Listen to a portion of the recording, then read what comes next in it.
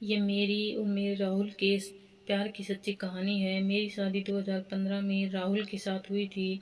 हम दोनों दिल्ली के एक ही कॉलेज में पढ़ते थे। राहुल मेरे से एक क्लास आगे था, लेकिन हम दोनों एक दूसरे को जानते थे।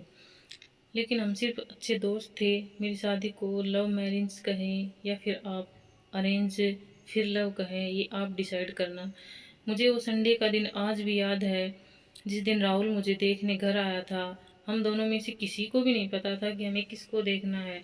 घर वालों ने कहा था लड़का देखने को, तो मान गए। राहुल ने जैसे ही मेरे घर में एंट्री ली, मैं अंदर से मैंने थोड़ा सा देखा। मुझे लगा शायद राहुल जैसा कोई है, लेकिन मैंने कहा ये ऐसा कैसे हो सकता है, ये तो कोई वहम होगा।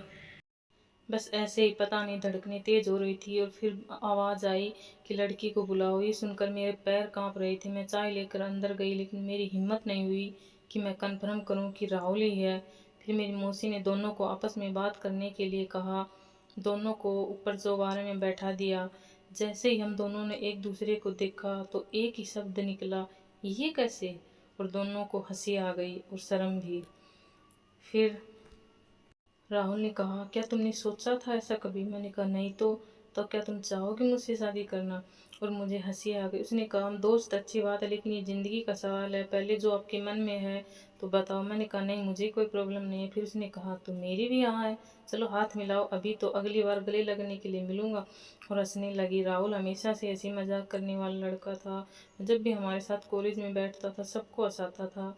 फिर हमारी सगाई हुई, लेकिन हमने कॉलेज में किसी को नहीं बताया। एक दोस्त की तरह घूमे फिरे, एक दूसरे को जाना बहुत यादगार है। मुझे सगाई के बाद ही पता चला था कि राहुल अकेला, उसकी मम्मी पापा इस दुनिया में नहीं है। सो मैं उसको बहुत केयर करती है और वो मुझसे बहुत प्यार। हम दोनों का रिश्ता बहुत गहरा हो गया। दिसंबर में हमारी शादी हुई। राहुल की एक बुआ थी, उसने ही सब कुछ किया था। राहुल उसको बहुत मानते थे। बस ऐसे ही दिन हंसी खुशी चल रहे थे। राहुल की बीओ बैंक में पीओ पोस्ट पर नौकरी लग गई थी। ऐसा लग रहा था कि मानो किस्मत हम दोनों को साथ देखकर ज़्यादा मेहरबान है। उनकी बुआ का एक लड़का था प्रीत, वो भी हमारे साथ रहता था। उसकी मेरी बहुत बनती थी, वो मेरे छोटे भाई की तरह था। ऐसे हमारे साथ खाता पीता, कभी कभी हमारे साथ सो जाता। हमारी बुआ थोड़ी अलग टाइप की थी। वो शुरू से ही पता नहीं मुझसे चिड़ी सी रहती थी और मेरे और प्रीत के बारे में राहुल को कुछ कुछ कहती। ऐसे करते करते उसने गलत फहमियों के इतने बीज बो दिए कि मेरे और राहुल के बीच बहुत लड़ाई झगड़े होने लगे। और एक दिन तंग आकर मैं अपने घर आ गई। प्रीत भी बहुत दुखी हो गया अपनी मम्मी की बातों से, और वो है जयपुर चला गया।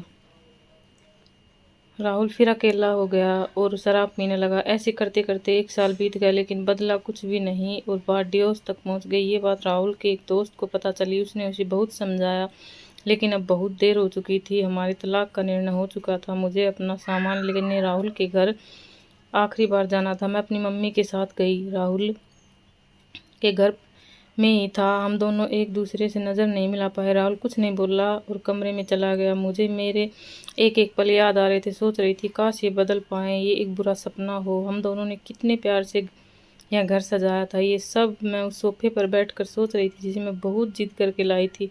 हमने इसके लिए बहुत चक्कर काटे थे। घर आज भी वैसा का वैसा ही था। हमारी सभी तस्वीरें ऐसे लगी हुई थी जैसे ये हमारे। मैं कमरे में गई। राहुल बेड पर गद्दे में सिर गड़ाए रो रहा था। मैं जैसे ही बाहर की तरफ मुड़ी, उसने मेरा हाथ पकड़ लिया और ज़ोर ज़ोर से रोने लगा। मुझसे लिपट गया। प्लीज़ संगीता, मुझे छोड़कर मत जाओ, मुझे माफ़ कर दो। मैंने तुम्हारा बहुत दिल दुखाया, मैं तुम्हारे बिना नहीं जी पाऊँगी। मैंने कहा, तुमने सॉरी कहने में इतने दिन लगा दिए।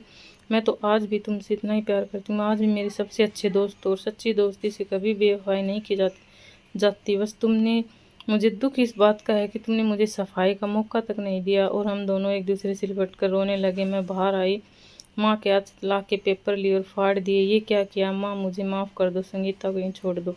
माँ को सब समझ में आ गया। माँ ने हम दोनों को समझाया और खुशी खुशी घर चली गई। ये कहानी एक हस्बैंड वाइफ के लिए है। इस कहानी के ज़रिए मैं ये कहना चाहती हूँ कि कभी भी अगर हस्बैंड वाइफ में कोई गलतफ़हमी आए, उसे बैठकर आपस में ज़रूर सोल्व करे और कभी किसी तीसरे व्यक्ति को अपने रिश्ते के बीच में नहीं आने दे, चाहे वो हमारे लिए कितना ही इम्पोर्टेंट हो। क्योंकि हम दो गाड़ी के ऐसे पहलू हैं या पहिए हैं कि दोनों के बिना ज़िंदगी चल ही नहीं सकती। इसलिए एक दूसरे को समझे और आपस में एक दूसरे पर विश्वास और भरोसा बनाए रखे, तभी रिश्ते मजबूत होते हैं। हाँ, सभी की सुने, लेकिन विश्वास जरूर है। अगर रिश्ते में प्यार है तो उस रिश्ते को, चाहे वो किसी भी छोर पर पहुंच जाए या किसी भी विवाद तक पहुंच जाए, उसे बचाने की कोशिश ज़रूर करनी चाहिए। Thank you. प्लीज़ दोस्तों सब्सक्राइब कर दो, लाइक शेयर कर दो।